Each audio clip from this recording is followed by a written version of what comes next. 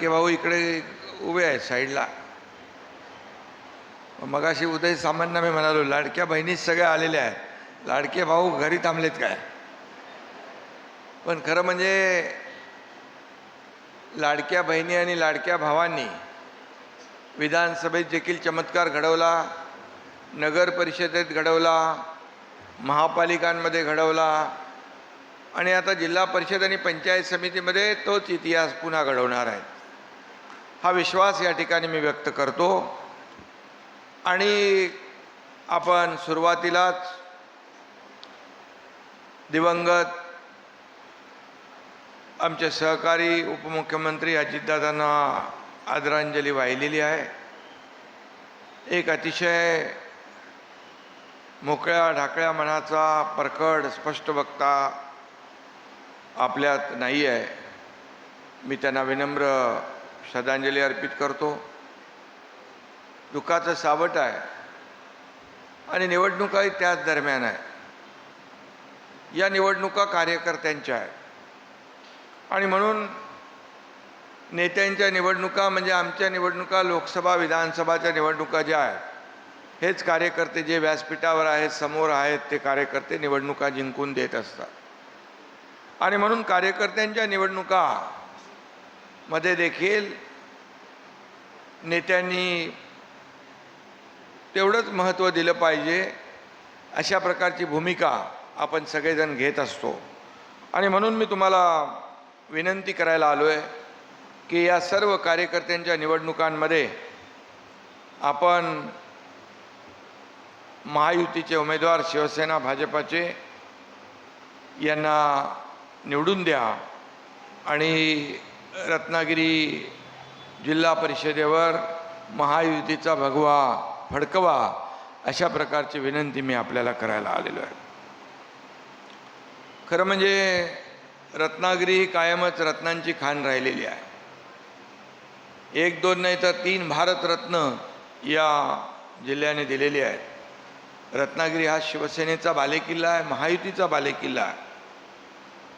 या भूमीमध्ये अतिशय वेगवेगळ्या क्षेत्रात काम करणारे बुद्धिमान लोकांचा जन्म झालेला आहे. संकटांना मुकाबला करण्याची शक्ती इथल्या लोकांमध्ये आहे. शिवसेनेलाही जनसेवेसाठी अशी अनमोल रत्न या ठिकाणी मिळालेले आहेत. हे सगळे व्यासपीठावर बसलेले आहेत. कष्टकरी कोकणी माणसानं आपल्या कष्टाने या भूमीचं सोनं केलेलं आहे. कोकणात आला आणि पोपळी खाल्ला अशी म्हण आहे, पण बाळासाहेबांनी कोकणात जन्मला आणि शिवसैनिक झाला अशा प्रकारचं जे काय ब्रीद वाक्य आहे ते बाळासाहेब आणि कोकण एक वेगळं नातं होतं, एक जिव्हाळ्याचं नातं होतं.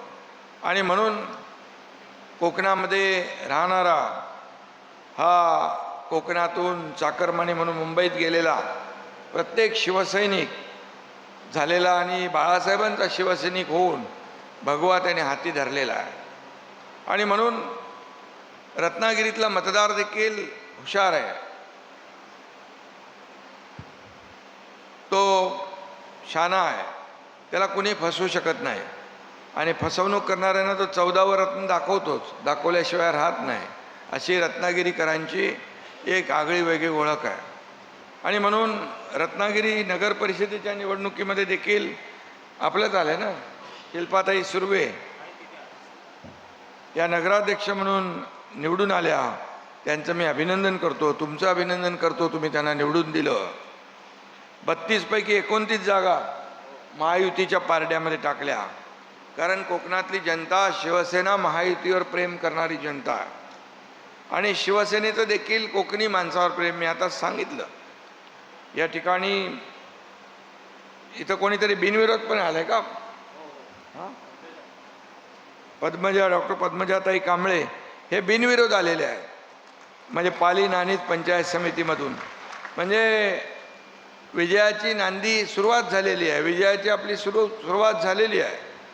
आणि म्हणून या पुढच्या काळात 2-3-4 दिवसामध्ये आपल्याला या ठिकाणी काम करायचं आहे. महायुतीचं काम करून या ठिकाणी सर्वच्या सर्व लोकांना विजयी करायचं आहे. आपण केलेली कामं मी सांगण्याची गरज नाही. मगाशी उदय सामंत यांनी सांगितलं काय काय केलं. मी मुख्यमंत्री असताना अनेक योजना आपण केल्या, अनेक प्रकल्प आपण पुढे नेले, अनेक उद्योग आपण या ठिकाणी आणले. जेव्हा मी मुख्यमंत्री होतो तेव्हाही उद्योगमंत्री माझ्यासोबत होते, तेव्हाही मोठ्या प्रमाणावर या परदेशी गुंतवणूक आपल्या महाराष्ट्रात आली.